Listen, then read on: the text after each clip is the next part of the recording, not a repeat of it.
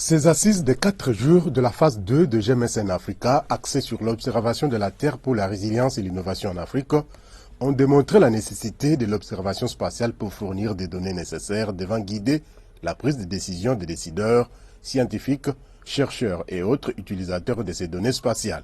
Il y a des données déjà existantes.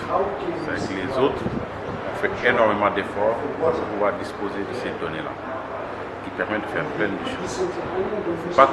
On ne va pas cracher sur ces données.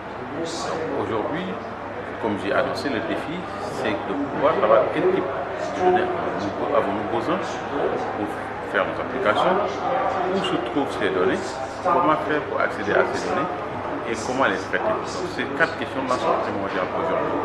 Ça nous permettra de profiter des données que les autres ont produites pour pouvoir aujourd'hui produire des connaissances, produire des services qui vont aider les décideurs, qui vont aider les utilisateurs.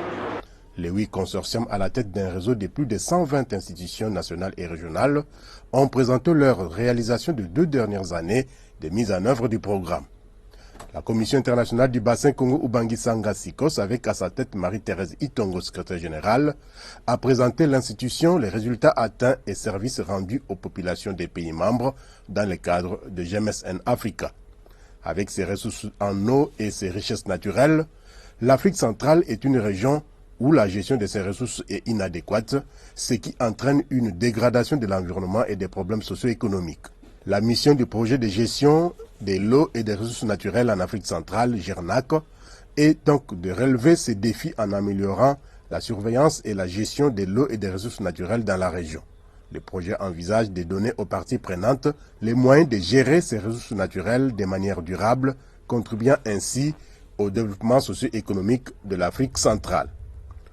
Le Centre de suivi écologique, CSE, basé au Sénégal, s'occupe de la gestion durable des zones humides et des inondations en Afrique de l'Ouest, GDZIAO, projet dont l'objectif est d'aider les décideurs et parties prenantes à gérer les zones humides et les inondations en Afrique de l'Ouest. Ces écosystèmes importants fournissent des ressources pour la sécurité alimentaire, l'approvisionnement en eau et les activités culturelles et récréatives, mais ils sont vulnérables à la dégradation due à des facteurs tels que le changement climatique, la déforestation et l'urbanisation. Le Conseil pour la recherche scientifique et industrielle, CESIR en sigle, basé en Afrique du Sud, est chargé de l'observation marine et côtière de l'Afrique australe et de l'océan Indien. La gestion des côtes nécessitant un suivi continu de la part des gouvernements et des décideurs pour prévoir et atténuer les risques. Les soutiens et l'autonomisation des communautés locales dans l'utilisation de leurs ressources océaniques permettront d'assurer la durabilité à long terme et de garantir leurs moyens de subsistance pour l'avenir. La région de l'Afrique de l'Est constitue l'une des plus exposées à l'insécurité alimentaire et nutritionnelle, aux difficultés économiques généralisées, aux conflits politiques liés aux ressources, aux migrations irrégulières et illégales et aux difficultés sociales. Raison pour laquelle le Centre de prévention et d'application climatique de l'IGAD au Kenya fait de l'atténuation des effets de la sécheresse et de la dégradation de l'environnement son cheval de bataille par l'augmentation de la production agricole, la gestion durable des ressources naturelles et la protection de l'environnement qui font partie des priorités de la région. Notre mission, c'est juste renforcer les capacités des centres régionaux et assister les pays membres dans la préparation aux effets du changement climatique. Ici, nous parlons en termes de prévision climatique pour leur préparer, par exemple pour l'agriculture, de se préparer à la saison,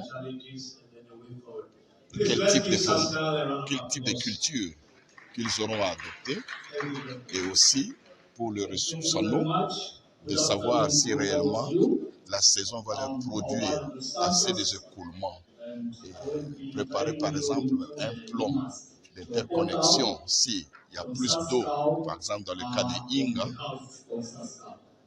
à une bonne saison qui aura une bonne production pluviométrique en termes de précipitations.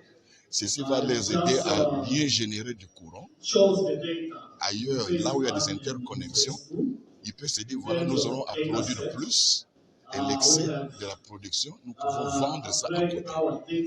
L'Observatoire du Sahara et du Sahel, OSS, basé en Tunisie, s'occupe de l'observation de la Terre pour la gestion durable de l'eau et des ressources naturelles en Afrique du Nord, confrontée à des défis majeurs tels que la sécheresse et la désertification, dont 70% de l'eau utilisée dans la région est destinée à l'irrigation. L'Observatoire du Sahara et du Sahel et ses partenaires œuvrent à l'amélioration de la gestion de l'eau et des ressources naturelles grâce au renforcement des capacités, à la sensibilisation et à l'utilisation des données et outils d'observation de la Terre. L'objectif principal du projet GMS in Africa pour le Centre régional pour la cartographie des ressources pour le développement à Nairobi est d'améliorer les moyens de subsistance des communautés africaines en soutenant le processus de prise de décision à l'aide des données d'observation de la Terre. Le consortium surveille et évalue la dégradation des sols et des zones humides en Afrique de l'Est. Les zones humides offrent de nombreux services, notamment la régulation de l'eau, le piégeage du carbone, tout en hébergeant de nombreuses espèces. Cependant, ces écosystèmes sont menacés par les activités humaines et les changements climatiques.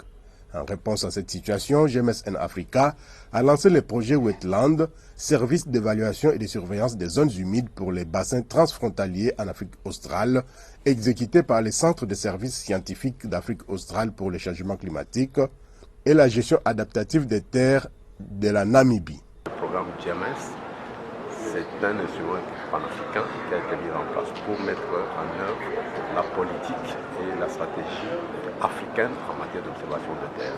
Donc déjà, le fait que c'est une recommandation des États à travers l'Union africaine, donc la communauté économique régionale a ce mandat déjà de capitaliser, d'accompagner les États dans la